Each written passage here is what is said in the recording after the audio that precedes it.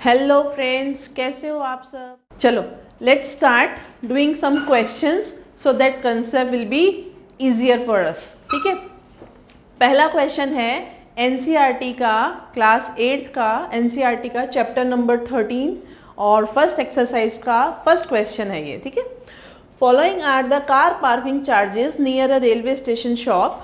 और हमें एक टेबल दे रखी है। देखो हमें दे रखा है कि 4 घंटे के लिए जो चार्जेस हैं वो 60 रुपीज़ हैं। 8 घंटे के लिए जो हमारे चार्जेस हैं वो 100 रुपीज़ हैं। 12 घंटे के लिए 140 और 24 आवर्स के लिए 180 रुपीज़ चार्जेस हैं। और क्वेश्चन क्या पूछ रहा है हमसे, check if the parking charges are in direct proportion to the time. हमसे क्वेश्चन क्या पूछ रहा है कि चेक करना है कि क्या चार्जेस जो हैं वो टाइम के डायरेक्टली प्रोपोर्शन है। अब अभी हम पढ़ के आए कि डायरेक्टली प्रोपोर्शन अगर कोई दो क्वांटिटीज होती हैं तो उनका जो रेशो होता है दैट इज ऑलवेज कांस्टेंट। तो लेट अस चेक कि क्या इनका रेशो इक्वल है। देखें हम पहले टेबल बनाते हैं, टेबल बनी हुई है, आप चाहें तो डायरेक्टली वहाँ से भी कर सकते हैं। देखें दो क्वांटिटीज हमने ले ली, हमने यहाँ पे ले लिया टाइम और हमने यहाँ पे ले लिया रुपीस। ठीक है, अब टाइम अगर हमारा 4 आवर्स है तो चार्जेस कितने हैं 60। टाइम अगर हमारा 8 आवर्स है और चार्जेस हैं हमारे 100। आप यहाँ पर ये मेंशन कर दीजिए ताकि आपके लिए ये कंफ्यूजन क्रिएट ना हो, बार बार आपको यूनिट ना लिखनी पड़े। टाइम इन आवर्स और रुपीस तो हमने दे ही रखा है, चार्जेस लिख के हम इसको रुपीस यूनिट में कन्वर्ट कर सकते हैं, टाइम एंड चार्जेस। ठीक है, अब देखें 12 आवर्स के लिए 140 और 24 आवर्स के लिए 180। If they are in direct proportion their ratio must be equal. तो लेट अस चेक 4/60 एंड 8/100। आप इसको जब कट करेंगे तो यू विल गेट 1/15 और यहाँ पर जब आप कट करेंगे 4 से तो you will be having 2/25। So they are not equal, hence they are not in direct proportion. बस सिंपल इतना सही, आपको सबको चेक करने की भी ज़रूरत नहीं है। अगर किसी भी दो का, मैंने फर्स्ट और सेकंड लिया है, आप दो का और चाहे तो 3 का भी आप चेक करके देख लीजिए। देखिए 12/140 आप इसको 2 से कट कीजिए 2 6 जा 12 एंड 2 ये 70 और कट करिए 3 and 35। So it is 1/15, 2/25 and 3/35. They are not equal, hence they are not in direct proportion. 1/15 is not equal to 2/25, is not equal to 3/35. So they are not in direct proportion. Clear? आया समझ? Easy है ना। देखो आप next question देखते हैं। Next question क्या कहता है, a mixture of paint is prepared by mixing 1 part of red pigment with 8 part of base in the following table। अब टेबल हम पहले टेबल बना लेते हैं। देखिए टेबल हमारी क्या दी हुई है, part of red pigment okay and part of base. दो क्वांटिटी हमारी क्या दे रखी हैं, part of red pigment and part of base. दो क्वांटिटीज दे रखी हैं। अब उसमें दे रखी है हमें table 1 part of red pigment with 8 part of base. आपको अगर मान लीजिए टेबल बनी हुई नहीं है किसी क्वेश्चन में, क्योंकि आगे वाले क्वेश्चंस में हमें टेबल खुद से बनानी पड़ेगी, तो हमें क्वेश्चन पढ़ के दो क्वांटिटीज निकालना आना चाहिए।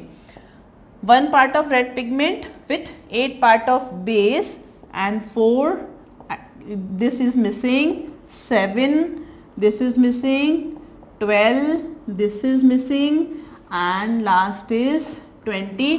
और हमसे ये कहा गया है find the part of the base which are missing। ठीक है, find the part of the base that needed to be added. अब अगर डायरेक्ट प्रपोर्शन में हम देखें, क्योंकि हमें ये बोला गया है कि इसी तरीके से प्रिपेयर किया जाता है, एक पार्ट के साथ 8 बेस के पार्ट, तो ऑब्वियसली 4 पार्ट अगर हम रेड पिगमेंट लेंगे तो बेस भी इंक्रीज करना पड़ेगा, है ना। तो ये डायरेक्ट वेरिएशन है। तो लिखना क्या है, since they are in direct proportion, क्या लिखना है, since they are in direct proportion so their ratio must be equal, their ratio must be equal, constant होना चाहिए। 1/8 must be equal to 4/y2। यहां पर आप नाम दे दीजिए, y1, y2, y3, y4, y5, और आप इसको सॉल्व करेंगे। So it will be 4 8 32। Clear. अब नेक्स्ट देखें, आप चाहे तो इसको इसके साथ भी कंपेयर कर सकते हैं और इसको इसके साथ भी कंपेयर कर सकते हैं, क्योंकि रेशियो तो सबका ही सेम आने वाला है। हम इसी के साथ कर लेते हैं, कैलकुलेशंस थोड़ी सी आसान हो जाएंगी। नेक्स्ट देखें, 1/8 must be equals to 7/y3 and cross multiplication y3 is equals to 56। Clear. तो हम ये कह सकते हैं y3 is equals to 56। Next निकालने के लिए 1/8 must be equal to 12/y4 and y4 is equals to 12 8 96। और लास्ट वाले पार्ट के लिए आप देखें, 1/8 इक्वल्स टू 20/y5 और y5 equals to 20 multiplied by 8 that is 160। आ गए ना सारी टेबल, हमारी सारी की सारी टेबल फिल हो गई।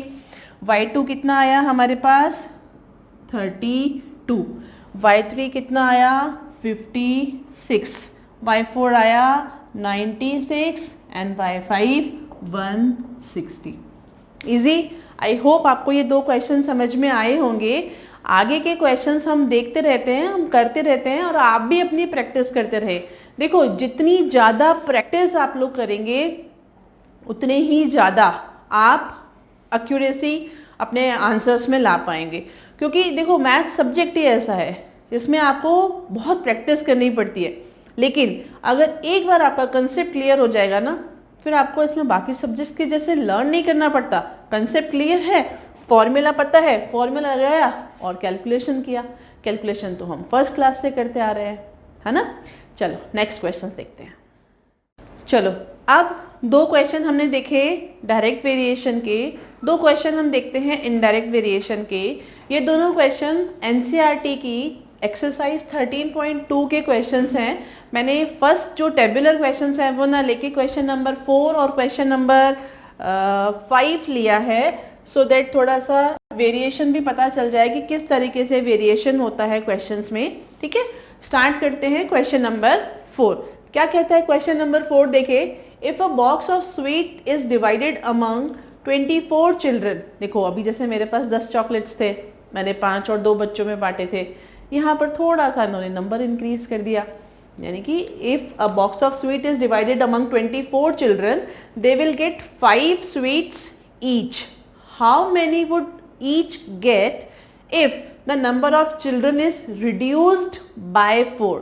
देखो मेरे वाले एग्जाम्पल में क्या था कि 2 बच्चे थे, 5 टॉफी मिल रही थी, चॉकलेट मिल रहे थे, और 5 बच्चे थे तो 2 चॉकलेट मिल रहे थे, वैसे वर्षा था। लेकिन यहाँ पर उन्होंने ये नहीं कहा है कि अगर 4 बच्चे हों, उन्होंने कहा है कि what if the number of children is reduced by 4। देखो मैथ्स सब्जेक्ट में आपको सबसे इम्पॉर्टेंट जो चीज़ आनी चाहिए वो है रीडिंग। अगर आप क्वेश्चन को प्रॉपरली रीड करके उसका मतलब निकाल लेते हो, फिर आपके लिए कोई भी क्वेश्चन मुश्किल नहीं है। सिर्फ आपको बस एक बार कंसेप्ट क्लियर करना है और फिर जो हमेशा काम करना है वो है रीडिंग। ठीक है, तो यहाँ पर ये कह रहा है कि it is reduced by 4, not to the 4। Okay, so let's make a table first. हमारे पास दो क्वांटिटीज़ क्या है, दो क्वांटिटीज़ हैं, एक तो 24 चिल्ड्रन हैं हमारे, ठीक है, और एक स्टूडेंट को नंबर ऑफ स्वीट्स जो है 5 मिल रही है। तो हम यहाँ पे दो क्वांटिटीज़ बनाते हैं, पहले तो नंबर ऑफ चिल्ड्रन और दूसरा है नंबर ऑफ स्वीट्स, ठीक है। ध्यान से देखें, आपने टेबल बनाई कि अगर 24 चिल्ड्रन हैं तो एक को 5 स्वीट्स मिल रही हैं, और अगर नंबर रिड्यूस्ड बाय 4 तो रिड्यूस्ड नंबर कितना आएगा, रिड्यूस्ड नंबर कितना आएगा, 24 minus 4 that is 20। Clear.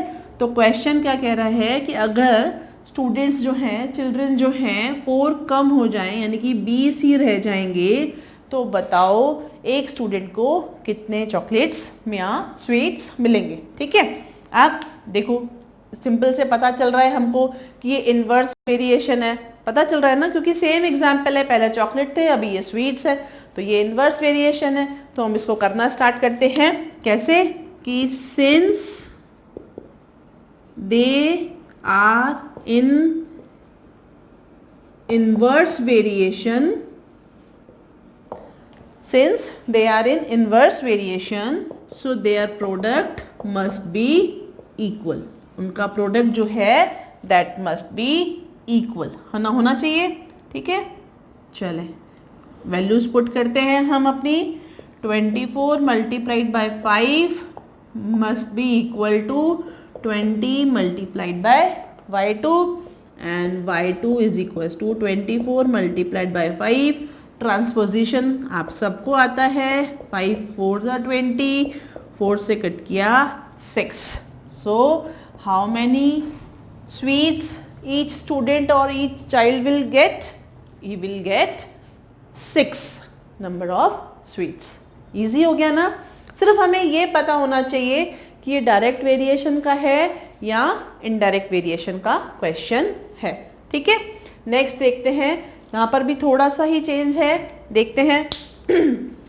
A farmer has enough food to feed 20 animals in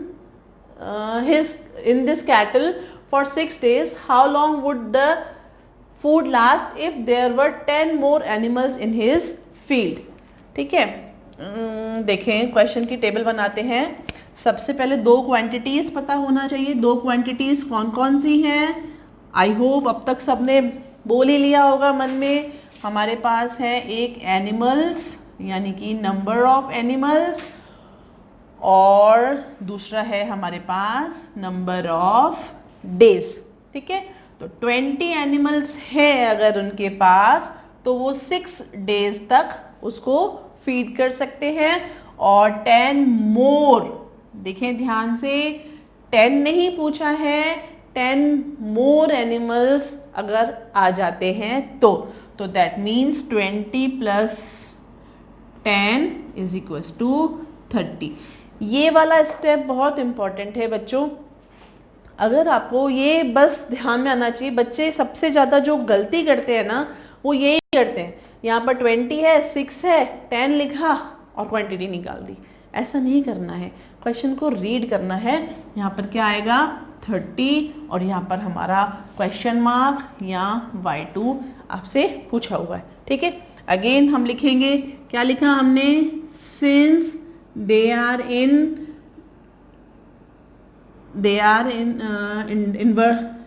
inversely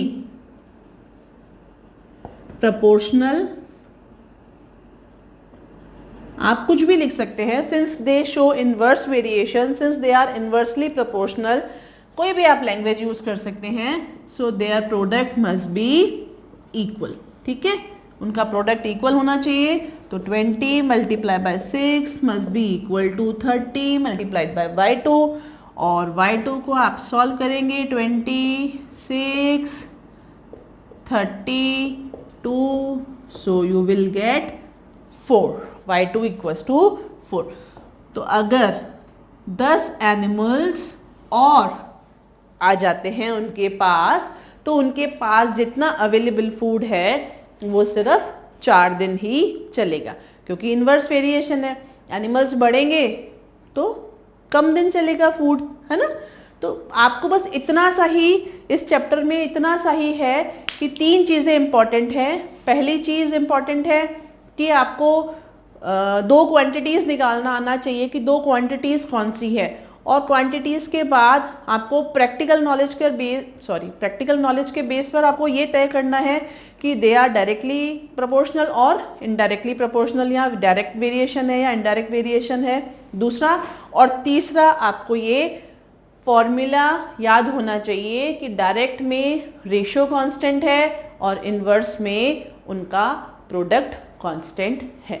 कुछ क्वेश्चंस और करते हैं, आप देखें और बाकी के क्वेश्चंस की आप प्रैक्टिस करिए। डाउट हो तो आप हमें बताइए और बने रहिए हमारे साथ। हमारे वीडियोस को लाइक, शेयर और सब्सक्राइब करते रहिए हमारे चैनल को, ताकि हम और से और वीडियो बना सकें।